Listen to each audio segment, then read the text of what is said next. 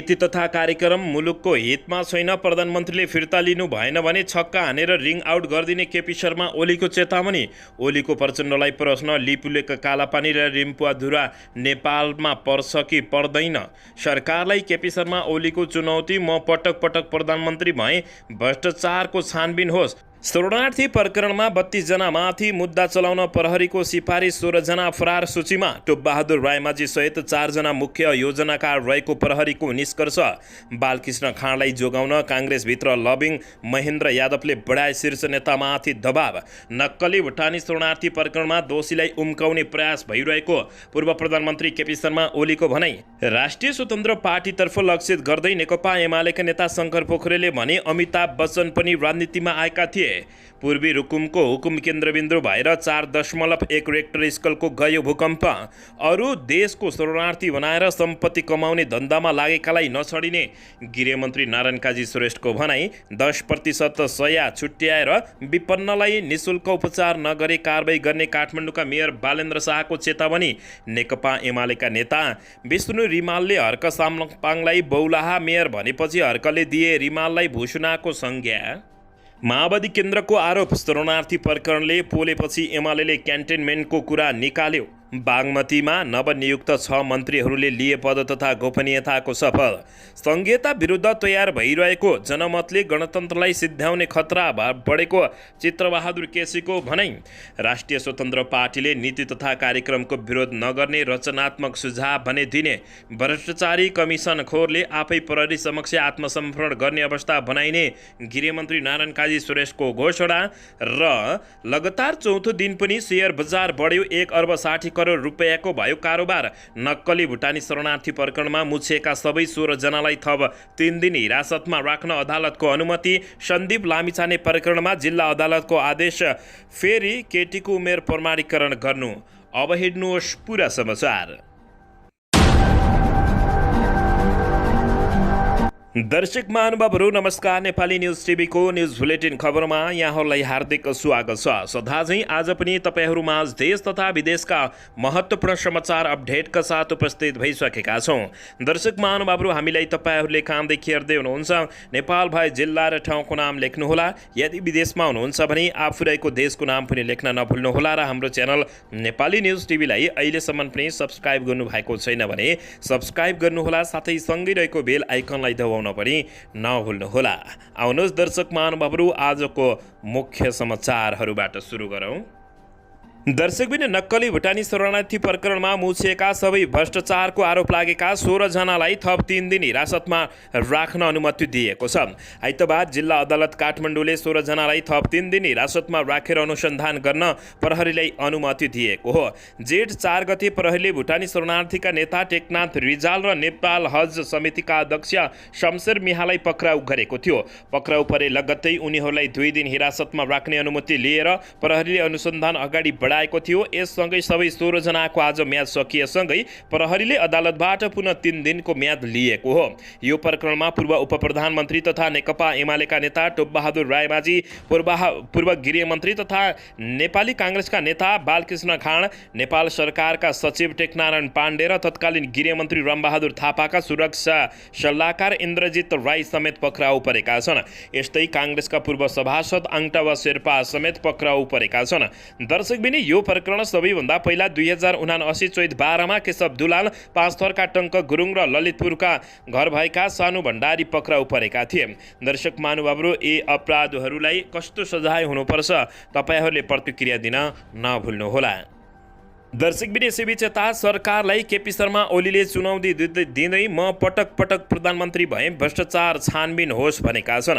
नेकपा एमालेका अध्यक्ष एवं पूर्व प्रधानमन्त्री केपी शर्मा ओलीले आफूमाथि पनि छानबिन गर्न सरकारलाई चुनौती दिएका छन्। आज बसेको प्रतिनिधि सभा बैठकलाई सम्बोधन गर्दै नेकपा एमालेका अध्यक्ष एवं पूर्व प्रधानमन्त्री केपी शर्मा ओलीले एमालेले नक्कली भुटानी शरणार्थी प्रकरण र भ्रष्टाचारमा कसैलाई पनि उन्मुक्ति दिनुपर्छ भन्ने पक्षमा नरहेको बताएका छन्। नेकपा एमालेको नाम लिन रहर लागेको छ, एमालेलाई गाली गर्न रहर लागेको छ, केपी शर्मा ओलीलाई गाली गर्न रहर लागेको छ भनेर रहर मात्रै गर्नु मात्रै पार लाग्दैन। म चुनौतीका साथ भन्न चाहन्छु, म गृहमन्त्री भएँ, परराष्ट्र मन्त्री भएँ, प्रधानमन्त्री भएँ, पटक पटक प्रधानमन्त्री भएँ। छानबिन होस्, छानबिन गरियोस्, हामी सधैँ भ्रष्टाचारको विरुद्धमा छौँ, भ्रष्टाचारको छानबिन होस् भन्ने पक्षमा छौँ। कोही पनि दोषी छुट्नु हुँदैन, नेकपा एमालेका अध्यक्ष एवं पूर्व प्रधानमन्त्री केपी शर्मा ओलीले बताएका छन्। दर्शकबिन, नेकपा एमालेका अध्यक्ष तथा पूर्व प्रधानमन्त्री केपी शर्मा ओलीले नीति तथा कार्यक्रम मुलुकको हितमा छैन, प्रधानमन्त्रीले फिर्ता लिनु भएन भने छक्का हानेर रिङ आउट गरिदिने चेतावनी दिएका छन्।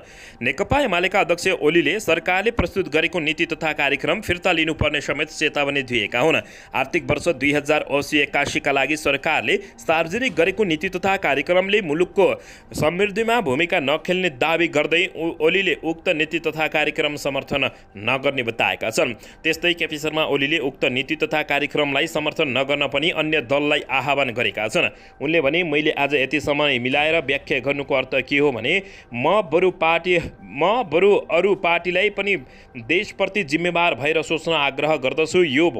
उनले भने, यो नीति तथा कार्यक्रमले केही पनि हुनेवाला छैन, त्यसलाई पारित गर्नु हुँदैन, यो पारित गर्न योग्य छैन। पहिलो कुरा, सम्माननीय प्रधानमन्त्री ज्यूले फिर्ता लिनुहोस्, लिनुहुन्न भने छक्का हानेर पठाइदिनुपर्छ, रिङ आउट केपी शर्मा ओलीले बताएका हुन्। सांसदमा कार्यक्रममाथि टिप्पणी गर्दै केपी शर्मा ओलीले देशको असामान्य आर्थिक अवस्थालाई सरकारले लुकाउन खोजेको आरोप समेत लगाएका छन्। व्यवसायको खस्किएको मनोबल लगायतका यथार्थहरूलाई सम्बोधन गर्ने गरी नीति तथा कार्यक्रमहरू आएका छैनन् भन्ने अझ दुर्भाग्यपूर्ण त के छ भने देश असामान्य अवस्थामा रहेको यथार्थलाई सरकारले लुकाउन खोजेको छ। लुकाउन मात्र होइन, रोम जालिरहेको छ र निरो बाँसुरी बजाइरहेको छ। उनले भने, नीति तथा कार्यक्रममाथि टिप्पणी गर्दै ओलीले भने, दस्तावेज यति भाषी छ कि बुँदा नम्बर 5 मा भन्छ सब ठिकठाक छ, विश्वास बढेको छ, उत्साह बढेको छ, अर्थतन्त्र सप्रेको छ, तर 14औं नम्बरमा पुग्दा अर्थतन्त्र अप्ठ्यारोमा छ। सरकार बेखबर भएको हो कि नबुझेको हो, ओलीले बताएका हुन्। दर्शकबिन, यसैबीच यता टोपबहादुर रायमाझी सहित 4 जना मुख्य योजनाकार रहेको प्रहरीले निष्कर्ष निकालेको छ। भुटानी शरणार्थीको कोटामा अमेरिका पठाउने नाममा गरिएको ठगीमा 4 जना मुख्य योजनाकार रहेको प्रहरीले अनुसन्धानबाट निष्कर्ष निकालेको छ। पूर्व उप प्रधानमन्त्री टोपबहादुर रायमाझी सहित 4 जना मिलेर योजना बनाएको भेटिएको अनुसन्धानमा संलग्न 1 जना प्रहरी अधिकृतले जानकारी दिएका छन्। टोपबहादुर रायमाझी पूर्व गृहमन्त्री बादलका सल्लाहकार डाक्टर इन्द्रजित राई, मोरङ घर भएका केशव दुलाल र ललितपुर घर भएका सानु भण्डारी मुख्य योजनाकार रहेको प्रहरीले अनुसन्धानमा निष्कर्ष निकालेको छ। सानु भण्डारीले नेपाल स्याटेलाइट कम्पनीमा काम गरिरहेका थिए। ललितपुर महानगरपालिका स्थित 23 मा बस्छन् भने भण्डारी पूर्व उप प्रधानमन्त्री टोपबहादुर रायमाझी सानुको घर नजिकै बस्ने बताइएको छ। भण्डारीले रायमाझीलाई मामा सम्बोधन गर्छन्। मोरङका केशव दुलालसँग चिन्जान भएपछि आफूहरूलाई भुटानी शरणार्थी सम्बन्धी प्रोजेक्टमा लगानी गरौँ भनेर प्रस्ताव आएको भण्डारीले जिल्ला सरकारी वकिल कार्यालयमा बयान दिएका छन्। भण्डारीले भनेका छन्, मसँग केही पैसा थियो, लगानी गरेर काम सुरु गरेका हौँ, उनले बताएका छन्। अन्ततः टोपबहादुर रायमाझी सहित 4 जना मुख्य योजनाकार रहेको प्रहरीले निष्कर्ष निकालेको खबर प्राप्त भएको छ।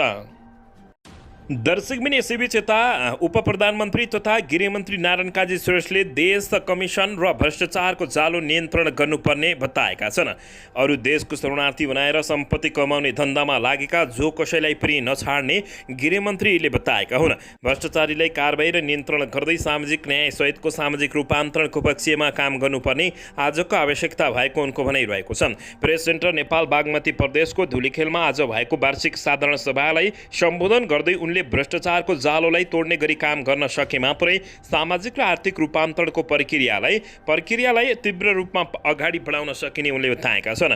गृहमन्त्री सुरेशले भ्रष्टाचारीको नियन्त्रण र सुशासन स्थापनालाई समृद्धको पूर्व शर्त बनाउन आवश्यक रहेको भन्दै सुशासन र विकासको लक्ष्य प्राप्त गर्नेतर्फ अगाडि बढ्न आवश्यक रहेको जोड दिएका छन्। आफ्नै देशको नागरिकलाई अनागरिक बनाएर र अरू देशको शरणार्थी बनाएर पैसा र सम्पत्ति आर्जन गर्ने धन्दामा लागेकाहरूलाई कारबाहीको दायरामा ल्याउने पहल कदमी गरिरहेको समेत उनले अठोट गरेका छन्। दर्शकबिन यसैबीच आउनु सर्क समाचारतर्फ लागौँ।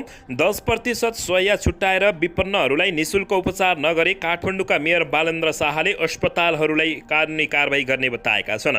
काठमाडौँ महानगरपालिकाका प्रमुख मेयर बालेन्द्र शाहले 10% शय्या छुट्याएर विपन्नको उपचार निशुल्क नगरे काठमाडौँ महानगरपालिका क्षेत्रभित्रका अस्पतालहरूलाई कारबाही गर्ने चेतावनी दिएका छन्। काठमाडौँका मेयर बालेन्द्र शाहले स्वास्थ्य सम्बन्धी ऐन कानुन र मापदण्डहरू पूर्ण रूपमा कार्यान्वयन गराउन विपन्न क्षेत्रहरूबाट आएको सुझावका अनुसार स्वास्थ्य सेवालाई सबै वर्ग समूहको पहुँच योग्य बनाउन निर्देशन समेत दिएका छन्। उनले सामाजिक सञ्जाल मार्फत एक सूचना जारी गर्दै महानगर क्षेत्रभित्र रहेका अस्पतालहरूले प्रचलित कानुन र मापदण्ड अनुसार लक्षित वर्गहरूलाई निःशुल्क स्वास्थ्य सेवा उपलब्ध गराउने, सेवाग्राही मैत्री सेवा प्रवाह गर्ने, स्वास्थ्य संस्थाहरूमा कार्यरत स्वास्थ्यकर्मी र अन्य कर्मचारीहरूको प्रचलित कानुनले तोकेको न्यूनतम पारिश्रमिक उपलब्ध गराउने निर्णय गरेको बताएका छन्। दर्शकबिन यसैबीच यता नेकपा एमालेका उपमहासचिव तथा नेकपा एमालेका प्रचार विभाग प्रमुख विष्णु रिमालले धरानका उपमहानगरपालिकाका प्रमुख मेयर हर्क साम्पाङ राईलाई बौलाहा भने मेयर भनेका छन्। शनिबार अखिल नेपाल महिला सङ्घ अनेमा सङ्घको दोस्रो पूर्ण बैठकमा उपमहासचिव रिमालले धरानका मेयर हर्क साम्पाङलाई बौला मेयर भनेका थिए। आफू लक्षित कुनै पनि प्रतिक्रियाको तुरुन्तै जवाब फर्काउन खप्पिस मेयर हर्क साम्पाङले रिमाललाई लक्ष्य गर्दै नेकपा एमालेको भूषणको रूपमा चित्रण गरेका हुन्। उनले सामाजिक सञ्जालमा लेखेका छन्, एमालेको एउटा भूषणले मुखबाट गोबर उकालेछ, अब आउने चुनावमा यसलाई जनताले देखाइदिनेछन्। धरानका बौलाहा टाइपका मेयरको सामाजिक सञ्जालमा हजारौँ लाइक आएको तर केपी शर्मा ओलीको सामाजिक सञ्जालमा लाइक कम आएको भन्दै उनले कार्यकर्ता समक्ष असन्तुष्टि पोखेका थिए। उनले केपी शर्मा ओलीको फेसबुकमा दैनिक 50,000 लाइक आयो भने नेकपा एमालेको बहुमत हुने समेत बताएका थिए। दर्शकबिन यसैबीच यता नेकपा माओवादी केन्द्रले आरोप लगाउँदै शरणार्थी प्रकरणले पोलेपछि नेकपा एमाले क्यान्टेनमेन्टको कुरा निकालेको बताएको हो। नेकपा माओवादी केन्द्र नेकपा एमालेलाई नक्कली भुटानी शरणार्थी प्रकरणले पोलेपछि लडाकु शिविरको बारेमा प्रसङ्ग उठाएको आरोप लगाएको छ।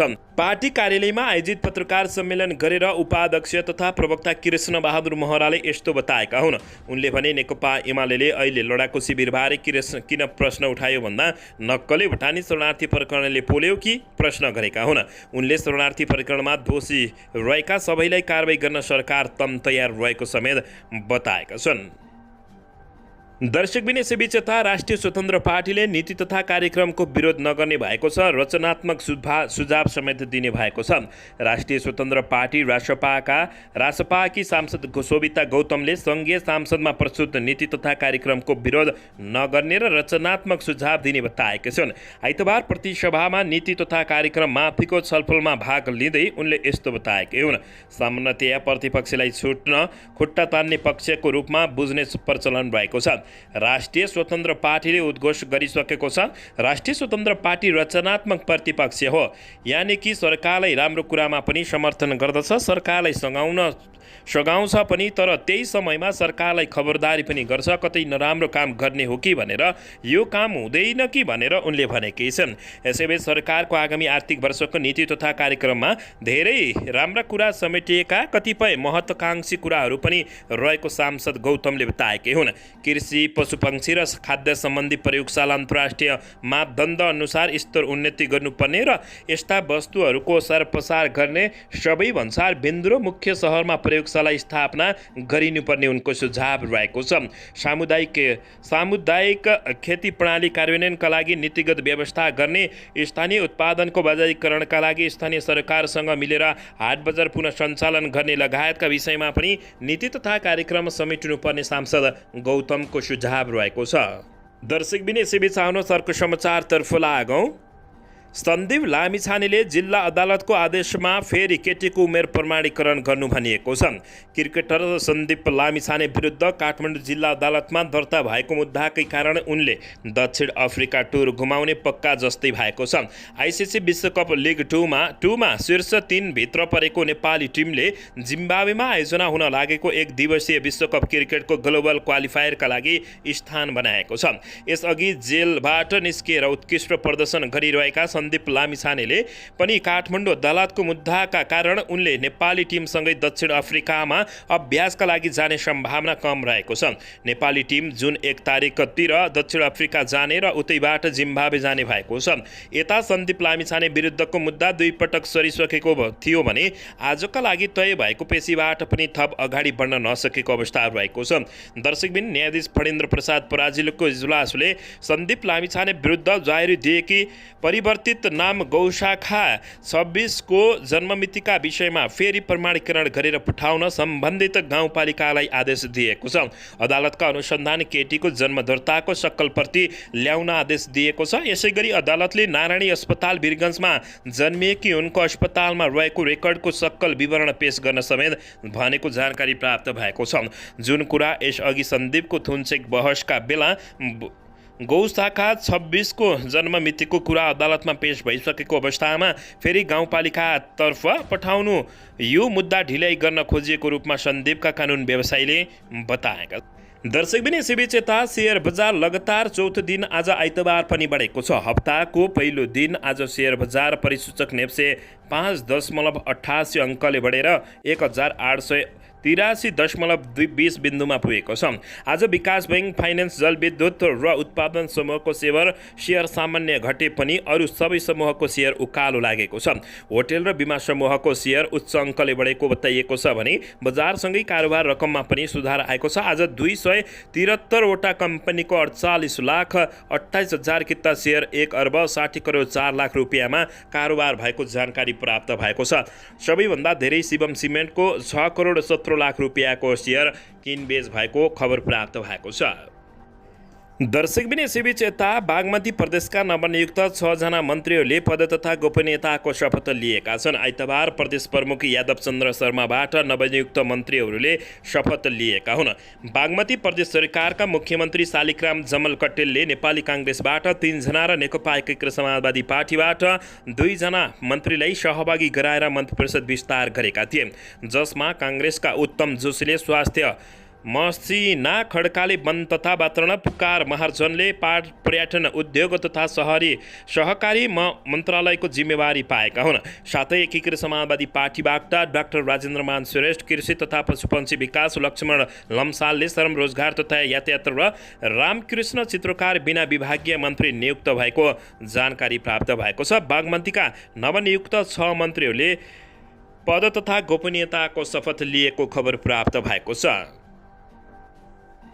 दर्शकबिन अन्ततः नेपाली नागरिकहरूलाई नक्कली भुटानी शरणार्थी बनाई अमेरिका पठाउने गिरोहबारे प्रहरीले झण्डै 2 महिना लगाएर तयार पारेको अनुसन्धान प्रतिवेदन आइतबार जिल्ला सरकारी वकिलको कार्यालयमा बुझाउने तयारी गरेको छ।